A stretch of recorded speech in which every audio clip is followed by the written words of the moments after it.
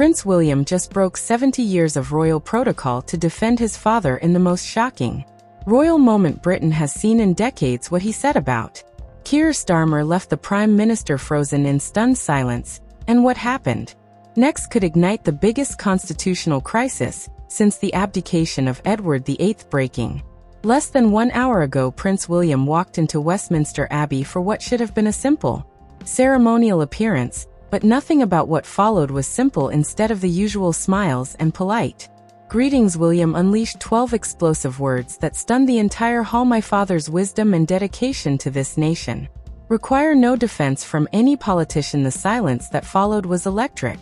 Keir Starmer stood just meters away, pale, frozen, completely blindsided. Cabinet ministers beside him shuffled awkwardly, unsure where to look. If you want to see how this royal showdown ends, hit that subscribe button right now, because what's happening could reshape Britain forever. Here's how it all began. 3 days ago, leaked WhatsApp messages exposed a secret operation inside Starmer's inner circle. The messages revealed a coordinated plan to discredit King Charles, portraying him as biased, out of touch, and dangerous to democracy. One message from a Downing Street aide said it all: we need to make Charles the villain, old, interfering, unelected. The public must see him as the problem, not us. The plan was simple: destroy the king's reputation to save Labour's collapsing polls.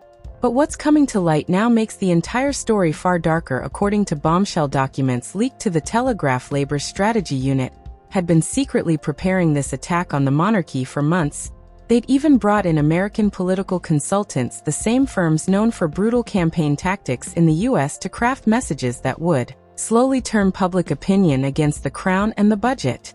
For this operation, over £300,000 of taxpayer money. Think about that. While British families are struggling to heat their homes and put food on the table, Keir Starmer's government was using public funds to tear down the king. But Prince William wasn't about to stay silent. The Prince of Wales, who has always kept himself above political conflict, made a decision palace insiders are calling unprecedented. He would break royal protocol, he would speak out, and he would do it in front of the entire nation, standing inside Westminster Abbey with Britain's political elite watching every move. Sources close to William say he spent 2 days preparing his words, consulting constitutional experts and senior advisors. Princess Catherine was reportedly his fiercest supporter, telling him, "Your father needs you, Britain needs you, if not now then when." That one moment, shared by a family friend who spoke under anonymity, shows just how deeply personal this was for William. This wasn't anger, this was duty. This wasn't a rash decision, it was a royal stand. This was no impulsive outburst, it was precise, deliberate, and devastating. Every word was measured, every pause calculated. Prince William's tone was calm, yet his message hit like thunder. For centuries, the crown has served this nation with dignity, wisdom, and unwavering dedication. My father has devoted his entire life to the people of Britain, to our environment, to our communities, to everything that makes this country great. His wisdom and dedication to this nation require no defense from any politician. That final word, politician, sliced through the silence like a blade. Everyone in Westminster Abbey knew exactly who he meant. The reaction was instant and explosive. Within minutes, social media went into meltdown. Twitter, Instagram, TikTok, every platform flooded with the hashtag Defend the Crown, which rocketed to #1 worldwide in less than 20 minutes. Video clips of William's speech hit millions of views before Starmer's team could even scramble a response. But what truly destroyed the Prime Minister wasn't the words, it was the moment cameras caught his face. The man who days earlier had led a campaign against the monarchy now stood frozen, silent, completely exposed. He didn't look defiant or angry, he looked caught out, like a schoolboy facing the headmaster. Experts quickly dissected his body language, pointing out his trembling hands, nervous swallowing, and what they called classic signs of acute public humiliation. The visual contrast was brutal. The poised prince defending his father with strength and calm against a leader visibly unraveling. Even Labour supporters began to whisper, maybe this time Starmer went too far. Margaret Davies, a 64-year-old retired nurse from Cardiff and a lifelong Labour voter, posted a video that shook the internet within hours. She said, "I've stood by Labour through everything. But watching Keir stand there speechless while a prince defends his father, that's not strength. That's weakness, that's shame." Her words hit home. The clip has now been shared over 800,000 times and counting. Ordinary Britons are furious because the people Labour claims to fight for are being left behind, forgotten, while the powerful protect their image. British veterans, the men and women who risked everything for this nation, are sleeping on cold streets tonight. Michael Patterson, a 71-year-old Falklands veteran, was found last week sheltering under Waterloo Bridge in freezing rain. His pension, after 40 years of service to the Crown, can't even cover his medication. "I fought for this country," he told reporters, tears streaking down his weathered face. "I watched my friends die for this country, and now I can't even afford a roof over my head." His story isn't rare, it's a tragedy shared by thousands. New figures from Veterans UK reveal that more than 6,000 former servicemen and women are now homeless across Britain. 6,000 heroes with nowhere to go. While Michael sleeps beneath a bridge, Downing Street spent £1.2 million last month on diversity consultants and media strategists. That's the state of Britain today. The forgotten serve the nation, the powerful serve themselves. We're talking executive salaries, luxury hotels for government advisors, champagne receptions for Labour donors, and it doesn't stop their government expense.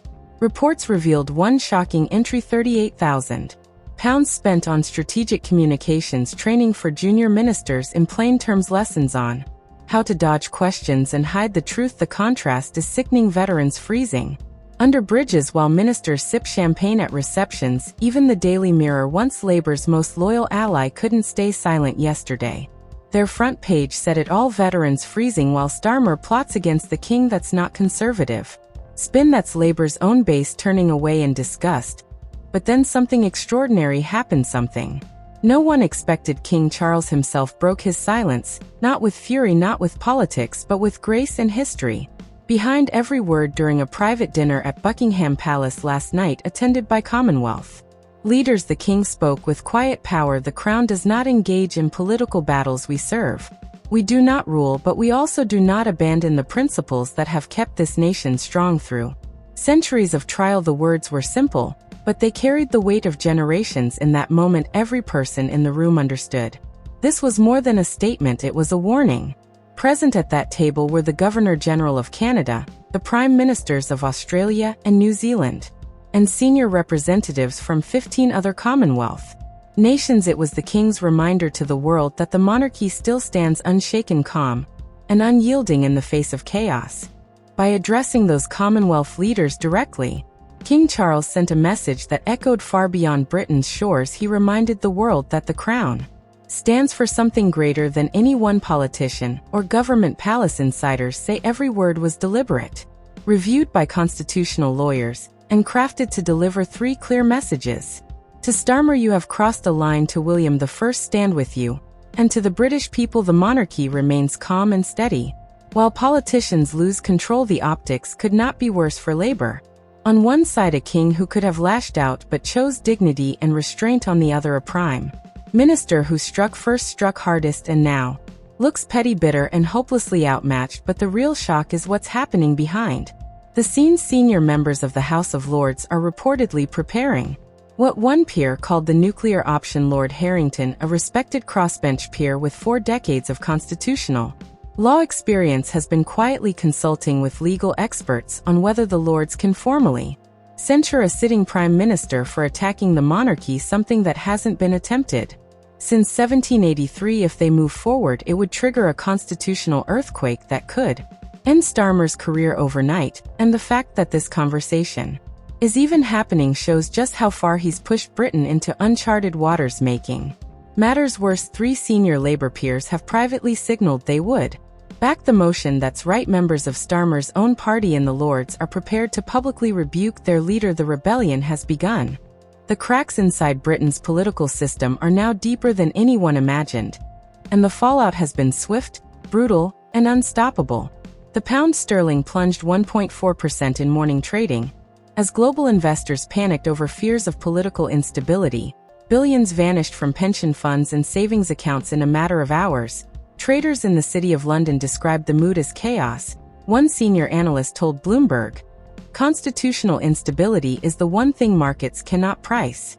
When the foundation of Britain's institutions is in question, nothing feels safe." And the shockwaves didn't stop there. Labour's polling numbers, already in free fall, collapsed to historic lows. The newest YouGov survey shows Conservative support surging to 38%, Reform UK climbing fast at 26%, and Labour tumbling to just 23%. For the first time in modern British history, the governing party has fallen to third place. Third, just let that sink in. The detailed breakdown is even worse. Among voters over 50, once Labour's strongest base, support has plunged to 17%. In the Midlands and Northern England, regions they must win to survive, they're trailing Reform UK by more than 20 points. Leaked internal Labour data paints an even darker picture, predicting a loss of over 150 seats if an election were held today. The worst defeat since 1935, and outside Parliament, Britain's streets are erupting with protests across London, Manchester, Birmingham, and Glasgow. Tens of thousands pouring into the streets, not as part of any organized movement, but as ordinary citizens furious that their values, traditions, and identity are being trampled. This isn't just a political crisis, it's a national reckoning. In Leeds yesterday, protesters marched through the streets carrying a massive banner that read, "Respect our King, sack Starmer." Stretching across an entire city block, #Starmer trended globally for 18 straight hours, generating over 4 million posts. Senior Labour MPs are now openly questioning whether Starmer can even survive until Christmas, and the international response has been nothing short of brutal. The Canadian Prime Minister's office released a statement praising the dignity and service of the British royal family, a thinly veiled rebuke aimed squarely at Starmer. In Australia, opposition leaders called the situation disgraceful and warned that any attack on the constitutional monarchy risks tearing apart Commonwealth unity. Even American networks, which rarely cover British politics, devoted primetime coverage to what CNN bluntly described as Labour's spectacular self-destruction. Inside 10, Downing Street chaos has taken hold, ministers shouting in corridors, emergency meetings called and then scrapped, advisors turning on each other in desperate leaks to the press trying to save their own careers. Sources claim Shadow Chancellor Rachel Reeves was heard yelling at Starmer's chief strategist, "You've destroyed us. You've destroyed everything we built." Her fury is easy to understand. After months of painstakingly rebuilding Labour's economic credibility, courting business leaders, and promising stability, all of it has vanished in just 72 hours because of one disastrous miscalculation from the man at the top. Sources inside government say Labour's internal WhatsApp groups have turned from strategy hubs into full-blown war rooms. One group, ominously named after K, reportedly includes over 30 Labour MPs openly plotting a leadership challenge. Leaked messages from that chat show members comparing potential successors, debating timing, and arguing over whether to push Starmer out before or after the local elections in May. Another group, called Damage Limitation, is entirely focused on how to survive the next general election with or without him. One senior backbencher summed it up in a single chilling message: "We're facing extinction. Either we act now or we're finished for a generation." The question isn't if they'll move against him anymore. It's when outside Downing Street the signs of panic are impossible to ignore. Cabinet Secretary Simon Case, Britain's most senior civil servant, was seen leaving Number 10 last night looking visibly shaken. Aides close to him say he's never witnessed a government in such chaos. And this is a man who's worked through Brexit, through COVID, through the scandals of Boris Johnson. Insiders say this is worse than all of them combined. Case has reportedly prepared confidential briefings for the king outlining possible scenarios including snap elections, a minority government, or even a temporary national unity government if Labour implodes completely. But the real bombshell is what came next. Leaked internal Labour polling obtained by senior Conservative sources and quietly shared with multiple media outlets reveals something truly catastrophic for Starmer. Numbers so dire they could end his political career for good.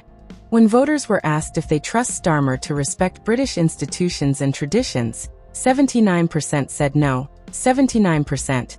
Even among Labour's own supporters, only 38% expressed confidence in his judgment. If these figures are correct and multiple independent polls now confirm the same trend, then Starmer has lost the one thing no leader can ever survive without: legitimacy. Think about what that means. A prime minister cannot lead if the public no longer believes he respects the foundations of the nation. He cannot negotiate with foreign powers if they see him as unstable. He cannot maintain order if his own party is plotting his downfall. And he certainly cannot claim moral authority while veterans sleep on the streets and the monarchy is under attack.